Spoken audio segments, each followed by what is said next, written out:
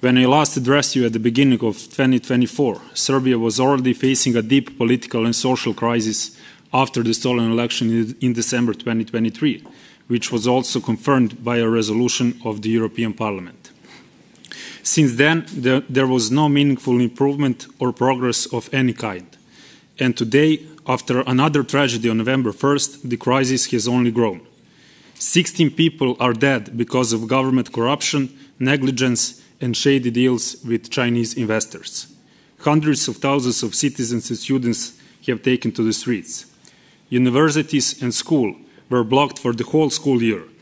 Dozens and dozens were seriously injured, beaten, or run over by police, ruling party thugs, or manipulated government supporters. Hundreds more were jailed or detained on fabricated charges of plotting against the state. One student activist was left with a broken jaw after an attack by masked men operating from a ruling party office. An assault so blatant that it forced SNS Prime Minister to resign. Yet several months later, Aleksandar Vučić abolished those attackers. That is not Serbia we want. What we see today is the product of the 13 years of SNS rule, a system built on a division, corruption, criminalization, and propaganda. Independent institutions have been subverted. Parliament turned into a mockery. The judiciary and the prosecution transformed into a party instrument of control. Independent media are under siege. Academia and civil society are attacked. Teachers in elementary and high schools are being fired for partaking in the protest. And critics, such as ourselves, are branded as traitors and foreign agents. The state and ruling party have merged into a de facto police state, where following the so-called agreement on joint combating color revolution signed with the Russian Federation 3 years ago, political opponents are placed under surveillance and illegally wiretapped. And after 13 years of such rule, it's only natural that citizens who want to defend their freedoms and their future have taken to the streets. When elections are stolen, institutions captured, and public space closed, people are left with no choice but resistance. Instead of dialogue and accountability, the government has answered with the repression and arrests. The turning point, the moment this regime lost any legitimacy as a political counterpart, came on March 15, when an illegal sonic weapon was used against peaceful demonstrators during the largest protest gathering in Serbia's history.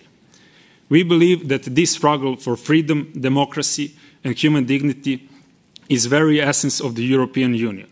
And we are grateful to this Parliament, and especially the groups represented here, who have recognized that and stood with citizens of Serbia. But words are no longer enough. The European Commission and Member States must take a more proactive role in calling out abuses, democratic backsliding, and attack on the EU itself. The decline of democracy in Serbia is staggering. Political prisoners have become the norm.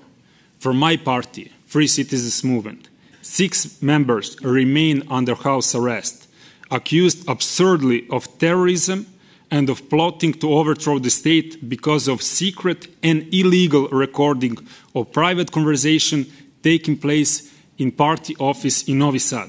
They spent 3 months in detention. Only after intervention from this parliament, a statement from a commission and many embassies, together with thousands of protesters outside of the court and hunger strike by Professor Marija Vasić, were they moved to house arrest. But the charges and threats of 5 years prison terms remain. And that is why Europe cannot remain silent. You may not see European flags on the streets of Serbia today, but everywhere you look, you can see the strongest possible promotion of the genuine European values. And that is why Serbian citizens have every right to expect a stronger reaction from those who truly uphold and practice those values. And that is not China or Russia, but the European Union. And that is why we ask you, do not punish Serbia or its citizens, and do not close the door to our European future.